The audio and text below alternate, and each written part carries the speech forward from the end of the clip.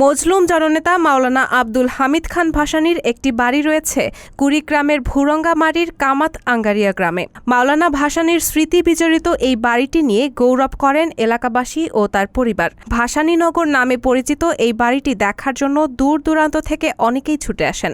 তবে সময়ের পরিক্রমায় হারিয়ে যেতে বসেছে কৃষক আন্দোলনের অবিসংবাদিত নেতা মাওলানা আব্দুল হামিদ খানের অনেক স্মৃতি। অযত্নে আর অবহেলায় পড়ে আছে ভাসানীর এই বাড়িটি। মাওলানা ভাসানীর নাতি মনিরুজ্জামান খান ভাসানী তিনি জানান, ১৯৪৭ সালে দেশ ভাগের সময় ভারতের আসাম সীমান্তবর্তী এলাকা কুড়িগ্রামের ভুরঙ্গামারীতে এই বাড়ি নির্মাণ করেন মাওলানা ভাসানী। দুই স্ত্রীর একজন হামিদা খানমকে এই বাড়িতে রেখে যান। হামিদা খানম ছিলেন তার ছোট স্ত্রী। মাঝে মাঝে এই বাড়িতে আসতেন যেতেন। তবে ১৯৬৫ সালে ভুরঙ্গামারীতে কৃষক সম্মেলনকে কেন্দ্র করে ৩ মাস এই বাড়িতে ছিলেন ভাসানী। এ সময় তিনি দরবার হল, মুসাফিরখানা, মসজিদ, মাদ্রাসা, স্কুল ও দিঘি গড়ে তোলেন। রাজনৈতিক কর্মকাণ্ডে ব্যস্ত থাকার কারণে পরিবারকে বেশি সময় দিতে পারেননি। তবে মাঝে মাঝে খোঁজ নিতেন। স্ত্রী ও সন্তানদের টাঙ্গাইল নিয়ে যেতেন। হামিদা খাতুন মৃত্যুর পূর্ব পর্যন্ত তিনি এখানে বাস করতেন। বাড়িটিতে অনেক সময় ভক্ত ও কর্মীরা আসতেন, রাত্রি যাপন করতেন। তাদের থাকার জন্য একটি দরবার হল নির্মাণ করেন তিনি। রাজনৈতিক সভা ছাড়াও ভক্তদের দেখা সাক্ষাৎ করত এই দরবার হলে। ভালো থাকুক, ভালো খাক, এটাই আমাদের চাওয়া। আমাদের ওই রকম কোনো অবস্থার উন্নতিও নেই, অবনতিও নেই। আসলে আমরা যেভাবে চলি এতেও খুশি। তবে আমাদের একটা কথা কি, যে এই জাতি যদি ভালো থাকে তাহলে আমরা ভালো থাকবো। কারণ দিলের নিতে হয় এই শিক্ষা আমরা মাওলানা ভাসানীর আদর্শ থেকে এই শিক্ষা পাইনি। এই জাতির কাছে আমার আকুল আবেদন, যদি এই জাতি যদি দয়া করে এই বাড়িটা রক্ষা করে, আর কি স্মৃতি, মাওলানা ভাসানীর স্মৃতি রক্ষা করে। এদেশের লক্ষ কোটি মুসলিম মানুষ, তারা যদি ভালো থাকে আমরাও ভালো থাকবো।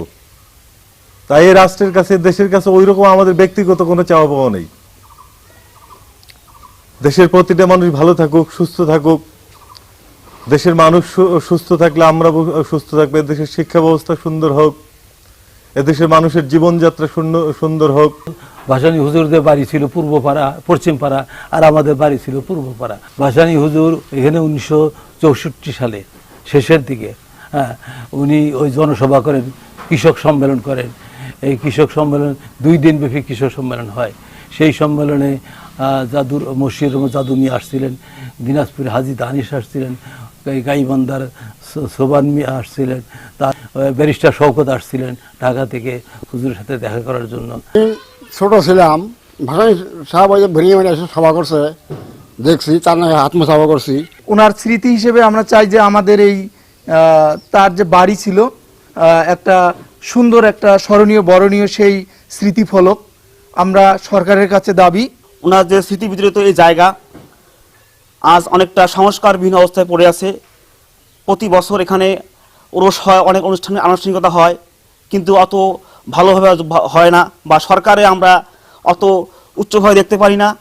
আমরা চাই সে ভাসানীর যে স্মৃতিগুলো রয়েছে চির অম্লান হোক এবং সে বিশ্ববাসীর মুখে তার স্মৃতিটুকু জুড়ে থাকে। টিনের তৈরি বর্তমানে এই ঘরটি জরাজীর্ণ অবস্থায় বহন করছে স্মৃতি।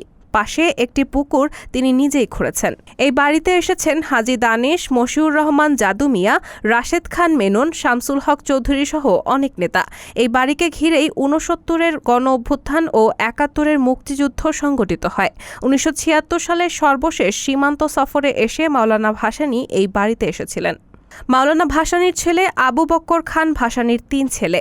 এর মধ্যে স্ত্রী বিউটি বেগম ও ছেলে মেহেদি খান ভাসানীকে নিয়ে ভুরঙ্গামারীর বাড়িতে বাস করেন তার বড় ছেলে মনিরুজ্জামান খান ভাসানী। এছাড়া ন্যাব ভাসানীর সভাপতি হাসরত খান ভাসানী আর ছোট ছেলে ও আজাদ সোবাহান খান ভাসানী টাঙ্গাইলে মাওলানা ভাসানী বিজ্ঞান ও প্রযুক্তি বিশ্ববিদ্যালয়ের সেকশন অফিসার হিসেবে কর্মরত রয়েছেন। তারা টাঙ্গাইলের বাড়িতেই থাকেন। ভুরঙ্গামারীতে ভাসানীর ৪২ বিঘা জমি রেখে যান। এর মধ্যে হামিদা খানের নামে একটি স্কুলের নামে দান করেছেন বেশ কিছু জমি। ভাসানী স্মৃতিসংঘ নামে একটি প্রতিষ্ঠানের নামে উইল করা আছে কিছু সম্পত্তি। বাড়ি ও পুকুর আছে ১২ বিঘা জমি। ফসলি জমি আছে ২০ বিঘা। বাড়িতে রয়েছে মাওলানা ভাসানীর ব্যবহৃত কিছু স্মৃতিচিহ্ন, রয়েছে বসার চেয়ার, টুপিসহ কিছু আসবাবপত্র। ভাসানীর স্মরণে স্মৃতিসংঘ থাকলেও কার্যক্রম সীমিত। বছরে একবার ওরস শরীফ হয়। ভাসানীর পীর হিসেবেও সমধিক পরিচিত। অনেক ভক্ত রয়েছে তার। তারা আসতেন, নানা বিষয়ে পরামর্শ নিতেন। ভক্ত ও সহচর মুসা ফকিরের কবরও রয়েছে এখানে। তার বাড়ি ছিল গাইবান্ধা। তিনি দীর্ঘদিন এই বাড়িতে বাস করে ৮০ সালের দিকে মারা যান। স্থানীয় গ্রামবাসী ভাসানীর স্মৃতি ধরে রাখতে কার্যকর উদ্যোগ নিতে সরকারের প্রতি আহ্বান জানিয়েছেন। ভাসানীর নাতি মনিরুজ্জামান জানান, ভাসানীর নামে জাদুঘর ও পাঠাগার নির্মাণসহ বেশ কিছু পরিকল্পনা রয়েছে। পরিবারের সদস্যরা তার আদর্শ ধরে রাখার চেষ্টা করলেও অর্থ ও পৃষ্ঠপোষকতার অভাবে ভাসানীর স্মৃতি ধরে রাখা যাচ্ছে না। স্মৃতি বিজড়িত বাড়িটি রক্ষার দাবি জানিয়ে মনিরুজ্জামান বলেন, ভাসানীর বাড়িটির সংস্কার করলে এটি একটি পর্যটন স্পট হিসেবে চিহ্নিত হবে এবং শিক্ষার্থী ও গবেষকদের প্রয়োজন মেটাবে। রায়হানা মুন, সবার কথা।